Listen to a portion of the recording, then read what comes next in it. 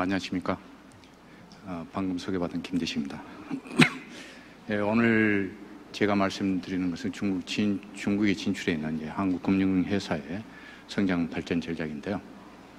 아마 여기 나와 계신 분들하고 상당히 제가 봤을 때는 거리가 먼 주제가 아닌가 싶습니다만은 들어봐 주시기 바랍니다. 먼저 추진개요 중국 진출 현황, 성장 전략, 결론순으로 말씀을 드리겠습니다. 여기 중국을 안다는 것은 아주 막연하면서도 간단한 물음으로 이 시간을 시작하도록 하겠습니다. 중국은 여러분 다 아시다시피 면적이 약 960만 평방킬로미터, 인구 13억, 약 13억의 거대한 나라입니다. 이러한 중국이 주기의 장막 속에서 잠들어 있다가 오늘날 현재 세계 경제 제2의 대국이 된 배경은 무엇일까요? 여러분들이 한번 생각해 보시기 바랍니다. 중국의 개혁 개방은 1978년 덩샤오핑 주도로 1978년 12월 제11차 중앙위원회 제11기 중앙위원회 제3회 전체회의에서 제안이 됐었습니다. 그리고 나서 1980년 광동성의 심천, 주해, 그리고 샨터, 복건성의 아모이와 하이난성 5곳의 경제 특구를 설치하면서 개방이 시작되기 시작했습니다. 그리고 나서 1984년 상해를 포함한 14개 연안도시, 연이어서 92년에 변경 도시와 그리고 내륙에 있는 주송도 또한 주자치구 수도를 개방하면서 개방을 가속화하기 시작했습니다.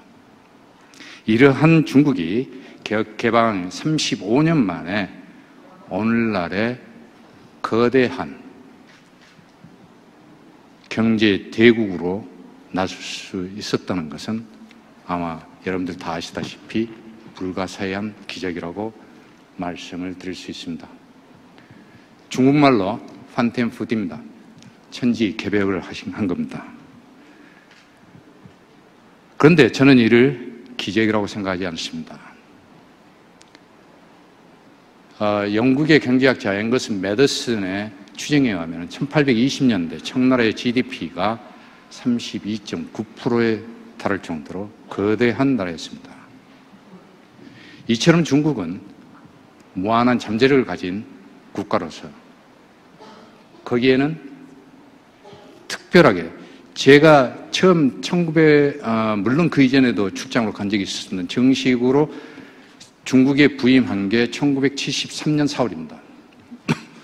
그때 제가 행정 등기구, 저희들 말하면은 중구라든가 아니면은 뭐 이런 구청에 등기를 하는 등기소에 들어간 적이 있었습니다. 들어갔을 때 제 눈에 처음으로 띄었던 것은 아주 깨끗하게 되어 있는 전산실이었습니다. 그 다음에 본 저 사무실은 옛날 여러분들 물론 여기 젊으신 분 죄송합니다만 젊으신 분들은 모르실지도 모르겠습니다. 옛날에 저희들이 어렸을 때 동사무소에 가게 되면은 플라스틱의 낮은 의자 깨지고 동그란 나무 의자 이런데 그 친구들이 근무를 했었습니다. 완전히 극과 극입니다. 한쪽은 깨끗한 전산실이요, 한쪽은 허름한 사무실. 제가 깜짝 놀랐습니다. 물론 그때 당시 상해는 물론 지금 현재 굉장히 큰 도시로 변했지만은 엄청나게 열악한 환경이 있었습니다. 제가 느꼈던 것은 뭐냐? 그 이후로 중국 친구들이 저를 굉장히 그때 당시 부러워했었는데요. 저희 나라가 경제가 발전해 있기 때문에. 하지만은 그 친구들한테 이야기한 게 너네들은 세계 최대 인구를 보유한 인적 자원이 가장 많은 나라다. 또한 동시에 자연자원도 굉장히 풍부하다. 특히나 운용 기술은 뒤처져 있었으나 자연 과학 자체는 현재 반석이 될 만한 튼튼했습니다. 그래서 중국은 너네들은 아마 향후 5 내지 10년 후면은 우리나라를 따라잡고도 남을 수 있을 거라고 저는 감히 그 친구들한테 이야기를 한 적이 있었습니다. 물론 이야기할 때는 그렇게까지 예상을 안 했겠죠. 하지만은 어떻습니까? 엄청나게 변했습니다. 중국에서, 중국뿐만 아니고 지금 저희들이, 여러분들이 누구나 다 알다시피 세계 양대 상술의 유명한 민족이 유대민족과 중화민족입니다. 중국 젊은 친구들을 만나서 물어봤을 때 너의 목표가 뭐냐 물어보면은 이구동성으로 저한테 답이 들어온 게 있었습니다. 정치엔 돈을 번다는 겁니다. 저희 한국의 어린 친구들이 젊은 친구들한테 물어보면 어떻게 나옵니까? 일반적으로 뭐 정치, 변호사, 의사, 약사, 추상적입니다. 타이틀입니다. 현실적이지 않습니다. 하지만은 중국은 아주 현실적입니다. 돈을 제일 중요시 여기는 그만큼 상술에 타고난 민족입니다. 여러분들이 상담을 하실 때 중국 친구들이 즐겨 쓰는 말이 있습니다. 거의 여러분들 자주 들어봤을 겁니다. 하오, 니 수어봐, 니가 말해봐라. 아주 간단합니다. 사람을, 상대방을 기분 좋게 만들어주면서도 또한 동시에 어떻습니까? 상대방으로 하여금 자신의 의도를 자기한테 자연스럽게 내놓게 만드는 아주 평범하면서도 고단수의 상술을 지니고 있는 게 바로 중국입니다. 여러분들 저희 최근까지도 여러분들하고 같이 이야기를 나눠보시면 중국 사람들이 중국에 대한 인상이 어떠냐?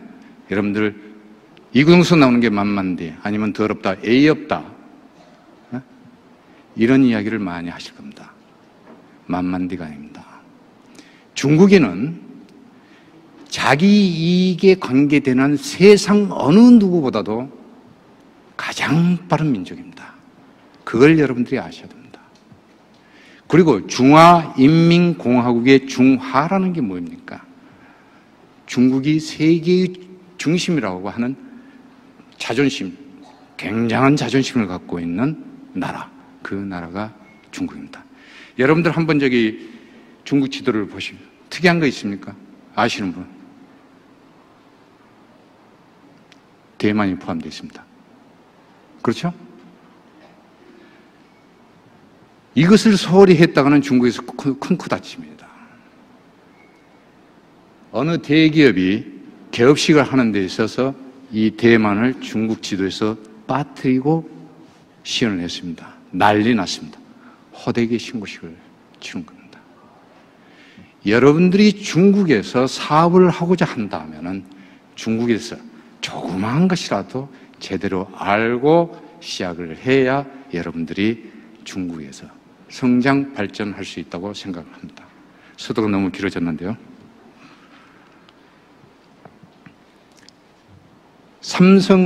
왜 삼성전자와 같은 세계 인류의 한국 금융회사가 탄생하지 않는가? 가 요즘 금융가의 화두입니다. 중국 대륙에서 당당하게 세계 인류 금융회사들하고 경쟁을 할 수 있는, 어깨를 나란히 할 수 있는 금융회사는 없는가? 아마 여기 금융계에 계신 분들이라면 굉장히 심각하게 고민을 해봐야 될 거라고 생각을 합니다. 저희들 아주 여러분들 다 아시다시피 정통적인 경제 발전 메커니즘, 투자, 생산, 소비입니다. 금융회사도 금융회사의 발전 메커니즘 역시 마찬가지 저는 그렇게 생각을 합니다. 자본, 인적자본, IT 등을 투자를 해서 각종 금융상품을 개발하고 거기에 맞춰 개인 고객이라든가 기업 고객 감동시키고 진출 국가, 진출 지역도 역시 감동을 시켜야 된다고 생각을 합니다. 비전 과목.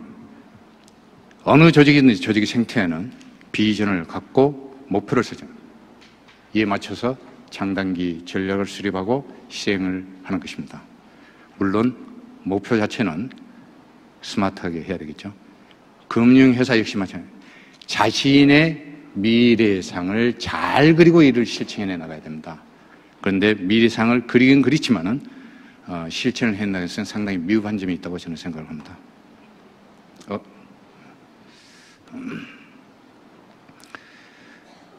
1992년 한중 우호 협정 체결을 계기로 해가지고 숱한 기업체들이 중국에 진출하기 시작했습니다. 물론 그 이전에 홍콩을 통해서 간접적으로 여러 가지 형태로 중국과 교역을 이루었습니다만은 직접적으로 진출한 것은 우호 협정 체결 이후입니다. 이에 발맞춰서 한국 금융회사들도 사무소 내지는 지점 형태로 진출을 하면서 영업을 하기 시작했습니다. 2006년대 중국 금융시장의 개방이 확대되기 시작했는데요. 이때부터 대다수의 은행들이 법인으로 전환해서 현지화 발판을 마련을 하고자 노력을 했습니다. 이처럼 현지 법인으로 전환한 이유는 무엇일까요? 한국계 고객에 대한 영업 자체로는 한계를 느꼈습니다. 또한 동시에 고속 성장하는 중국 경제와 더불어 영업 기회를 확대를 하고 수익을 내겠다는 야심찬 포부를 갖고 현지 법인을 전환하기를 시작합니다. 그러면 이러한 지점과 현지 법인의 차이점은 무엇입니까? 가장 중요한 것은 현지 법인은 소매 영업과 그리고 점포 설립 자체가 아주 용이하다는 데 있습니다.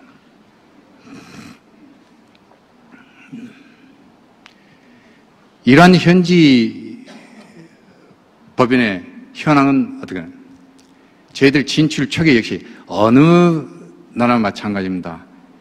금융회사는 진출 초기에 전부 한국 기업을 대상으로 할 수밖에 없습니다. 그거는 자연스러운 겁니다.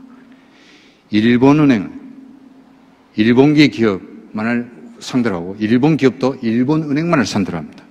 저희들도 마찬가지입니다. 초기 한국 기업을 상대로 해서 할 수밖에 없습니다. 그러면 현지 법인으로 전환했다는 것은 무엇을 의미합니까? 그거는 현지에 있는 바로 중국 기업, 중국 개인을 상대로 해서 영업을 활발하게 하겠다는 배경하에 현지 법인으로 전환을 하였던 것입니다. 하지만은 여기에는 여러 가지 문제점들이 발생을 합니다. 왜? 첫째는 한국인 중심으로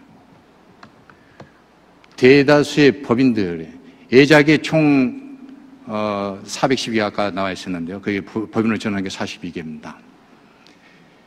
법인 비율이 10.2%입니다. 그런데 한국계는 거의 다 법인으로 전환했습니다. 약 54.6% 정도. 경쟁이 심합니다. 또한 동시에 한국계 기업인이나 교민들이 밀집해 있는 동부 지역에 집중해 있습니다. 이러한 문제점을 갖고 있습니다. 한편으로는 모행, 여기 한국에 있는 은행들의 본점 경영자들이라든가 관련 담당자들의 마찬가지로 중국에 파견해 있는 중국 진출해 있는 우리 직원들, 중국에 대해서 상당히 이해도가 낮습니다. 또한 동시에 기본적으로 낮은 한국계의 인지도, 인력, 시스템, 인프라 등들이 아주 열악한 상태에 있었습니다. 한국은행의 경영형을 간단히 보겠습니다. 여러분들 보시는 게 법인과 지점의 총자산과 영업이익 단기 순이익을 보고 계십니다. 그런데 보시면은 법인이 지점에 비교해서 총자산은 한 4배 정도 됩니다. 그렇지만 영업이익이나 단기 순이익은 그다지 차이가 나지 않습니다.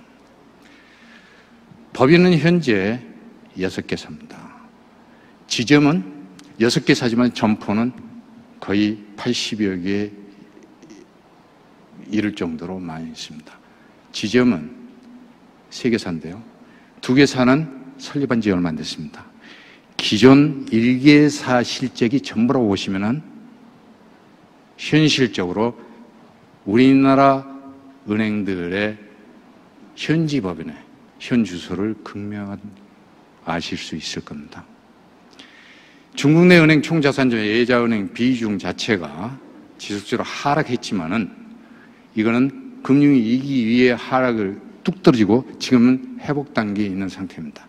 그 중에서 10대 홍샹뱅크라든가 차타드, CT, 동아은행 같은 10대 은행에 해당되는 그들의 총 자산은 약 57.2%, 한국은 4.8%에 불과합니다. 저희들 그 2014년 9월 말 총 교역액이 대중국 비중 자체가 11.8%인가 3%인가 됩니다. 1위입니다. 그에 대비하면 저희 현재 금융회사의 실적이 상당히 저조하다는 것을 알 수 있습니다. 그러면 이러한 한국계은행의 부진 이유는 어디 있는가? 이는 대부분 현지 이게 먼저 저희들 10대 은행부터 먼저 보시면 10대 은행들은 실질적으로 현지 문화에 대해서 이해가 상당히 깊었고요. 그리고 저기에 진출하면서 사실상 영업망도 그 이전에 풍부하게 깔아놓은 상태입니다.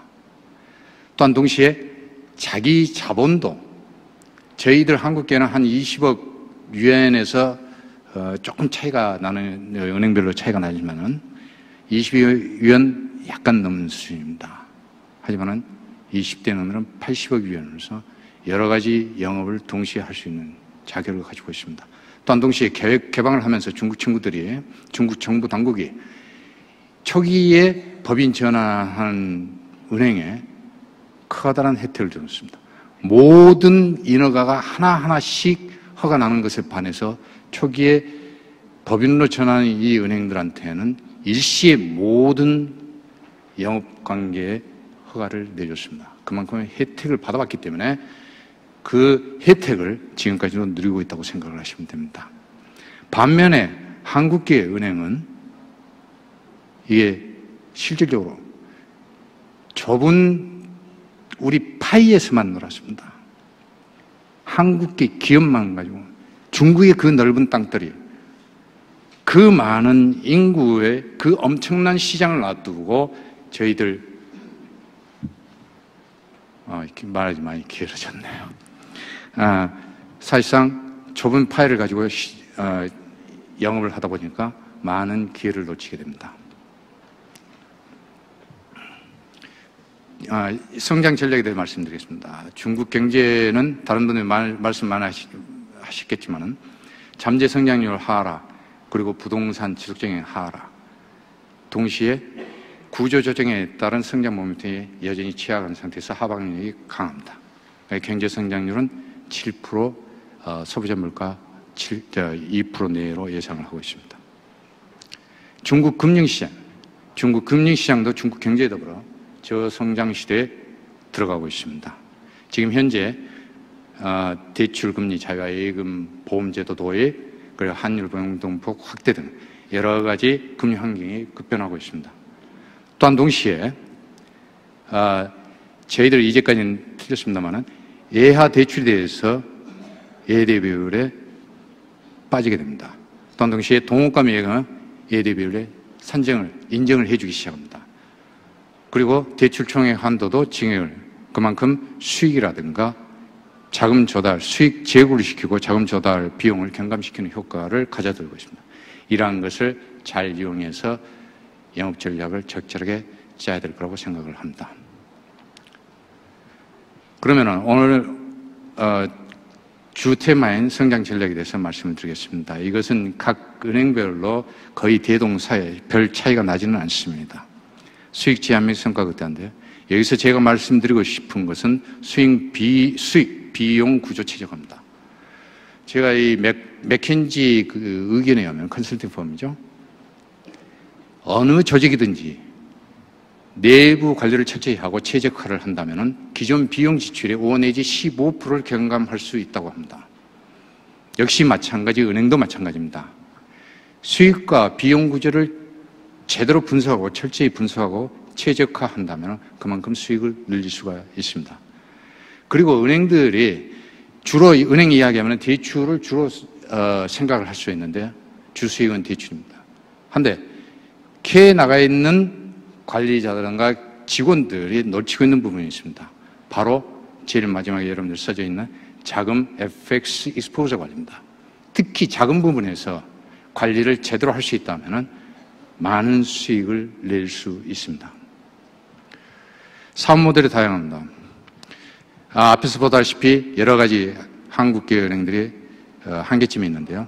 또한 동시에 중국이라든가 외자은행 10대 은행에 비해서 사업 모델이 상당히 단순합니다. 이게 한계점이 있습니다. 그래서 금융사별 특화된 자기 나름대로의 상품을 개발할 필요가 있고, 이에 따라서 그 경쟁 우위를 선점해서 영업 수익을 극대화시켜 나가야 된다고 생각합니다. 제일 마지막 부분이 그 현지 실정이 작가면 신용평가 심사 체계가 있는데요. 지금 여기에 한국계 금융기관에서 나왔으면 좀 좋으라고 생각하는데, 저희들 이게 전혀 안 돼 있습니다. 실질적으로 현지화해서 현지 기업, 중국 기업과 개인 고객을 상대로 영업을 해야 되는데, 주 수익원인 대출, 관계되는 신용평가가 전무하다는 겁니다. 그리고 거의 대다수 은행들이 이 대출을 관련해서 모행에 이 한국의 승인 심사 의뢰를 하고 승인을 받습니다. 이거는 중국 현지 당국의 규정에도 어긋납니다. 그리고 현지에도 모순이 되는 겁니다. 이거는 심각하게 반성을 해야 되라고 생각합니다.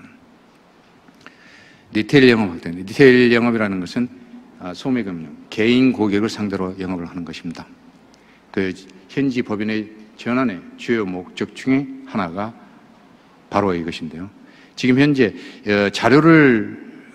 여러 가지 자료를 보시면은 사실상 숫자상으로는 비중이 상당히 많은 걸로 나옵니다.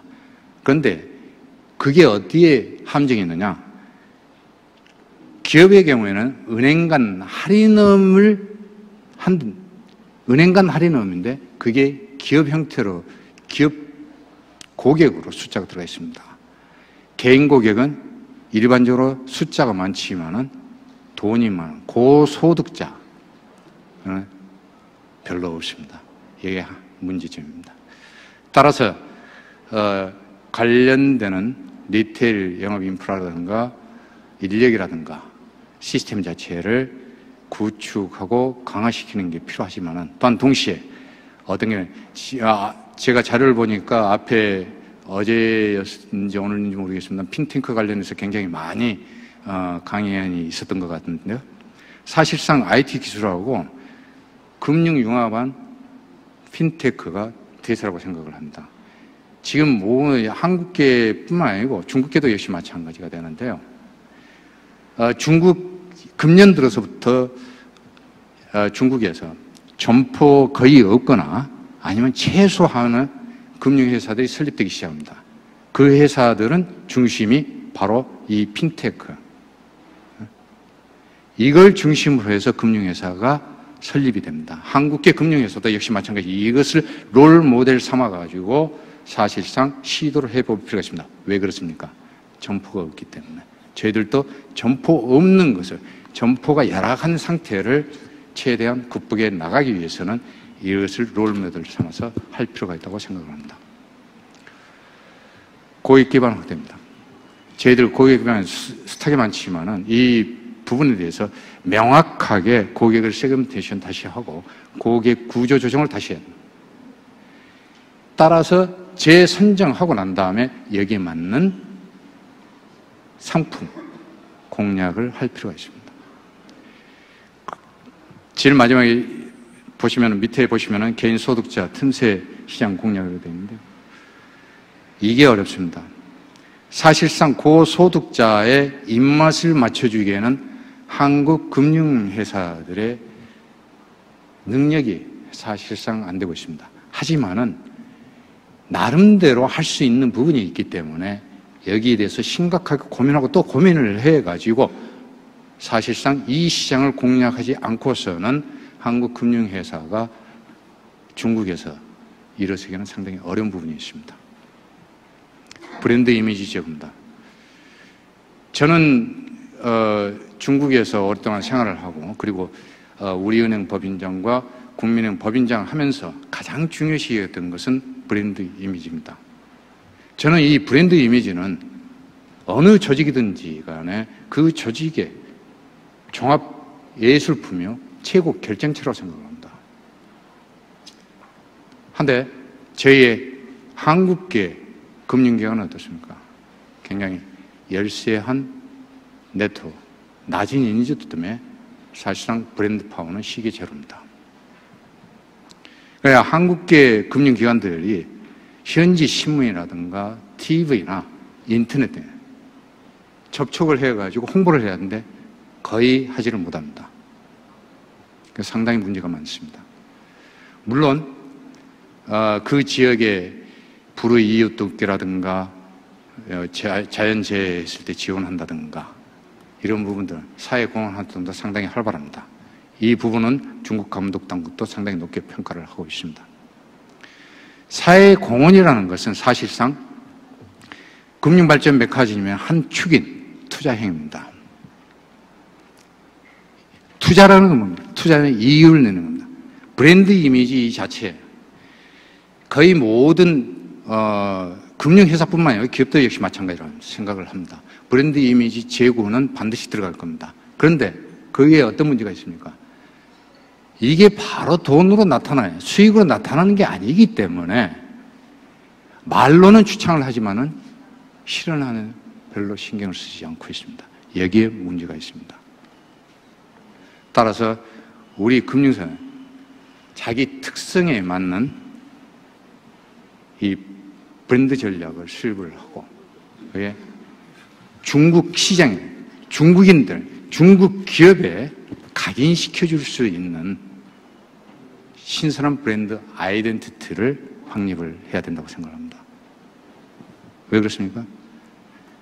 여러분들 아시다시피 1980년 말 1990년대 초 지금의 세계 인류 기업이라는 삼성전자 그때 미국의 시장에 백화점 어디에 있었습니까? 할인마트라든가 보이지 않는 아주 먼지 쌓여있는 구석에 있었습니다. 지금은 세계 인류 먼 시간이 아닙니다. 브랜드 이미지를 갖고 자기 기술을 개발을 했을 경우에 시장에서 우뚝 설 수가 있습니다. 중국이 그런 것입니다.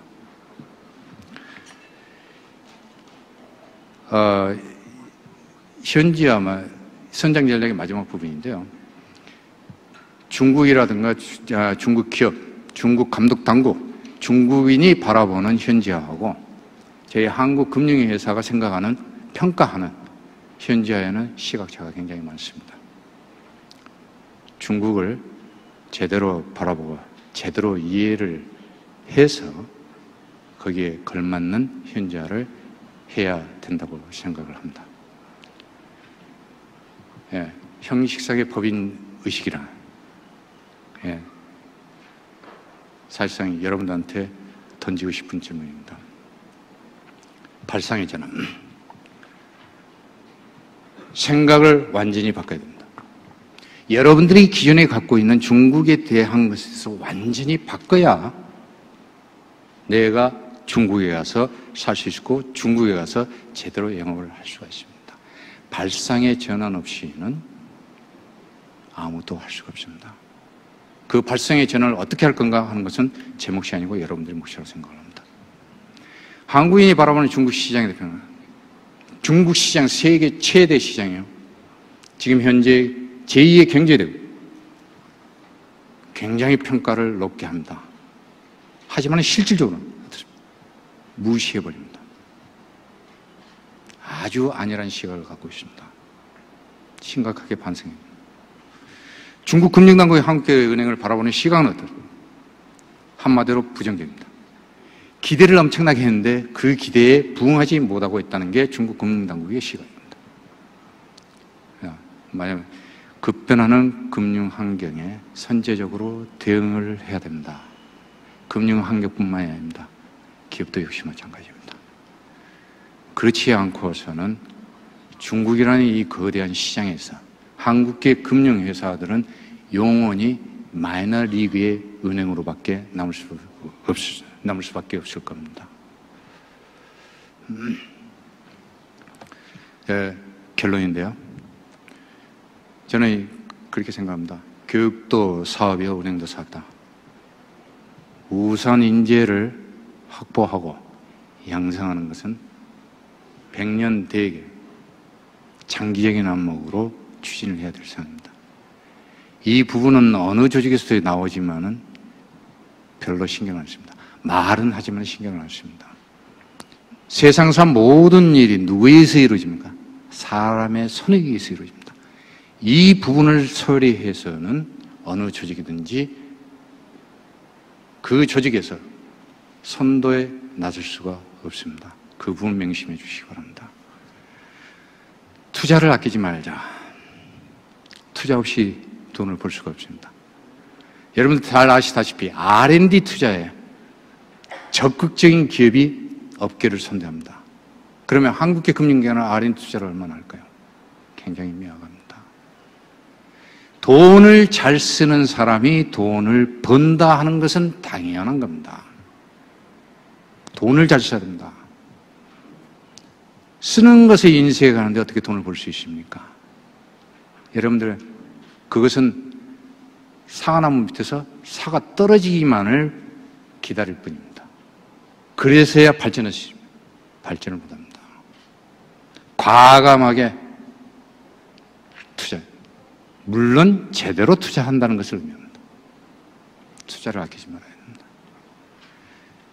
제일 많이 중국을 배우는데 아낌없이 투자해요. 일반적으로 여러분들 중국을 배운다 하면 중국말부터 먼저 생각을 합니다. 아닙니다. 물론 당연히 중국말 해야 되죠. 중국 문화, 중국 역사, 중국 관습, 어떻게 하면 그들과 같이 호흡하고 그들의 모든 것을 이해하려고 노력을 할 수 있어요. 그래야만이 중국에서 제대로 내가 뿌리를 내리고 성장 발전할 수가 있습니다. 여기까지 팩에 의한 내용을 말씀을 드렸는데요. 잠시 그걸 벗어나서 몇 마디만 더 드리도록 하겠습니다.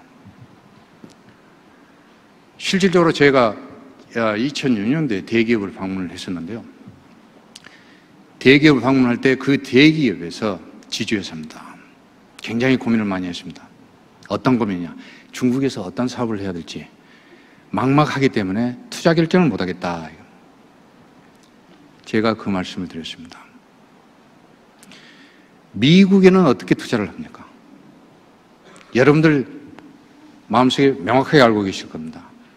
미국은 세계 최고의 제품을, 자기 나름대로 최고의 제품을 가지고 미국에 진출을 합니다. 그런데 말로는 최대 시장이라는 중국에는 어떻습니까? 굉장히 낮은 제품을 가지고 진출합니다. 너무나 여러분들 잘 알고 계실 겁니다. 하지만 중국은 어떤 세계 명품 시장이 최대 시장입니다. 자동차, 여러분들 그 신문이라든가 기사에 보셔서 아시겠지만 몇백억씩 하는, 한 대 몇백억 하는 자동차가 순식간에 팔리는 것이 중국입니다. 그러한 중국에서 질이 떨어지는 제품 가지고 승부를 하고자 하는 대기업, 어떻게 성공을 할 수 있습니까? 성공을 못합니다. 중국이라는 시장이 겉으로 봤을 때 굉장히 허름합니다. 그 허름한 중국인들을 보고 그냥 가볍게 새기지 마시기 바랍니다. 중국은 우리가 현재도 앞으로도 영원히 계속 같이 가고 그것에서 저희들이 성장 발전할 수 있는 기회를 찾을 수 있는 시장으로 생각합니다. 이상으로 조촐을 하는 강의를 마치겠습니다. 감사합니다. 네, 고맙습니다.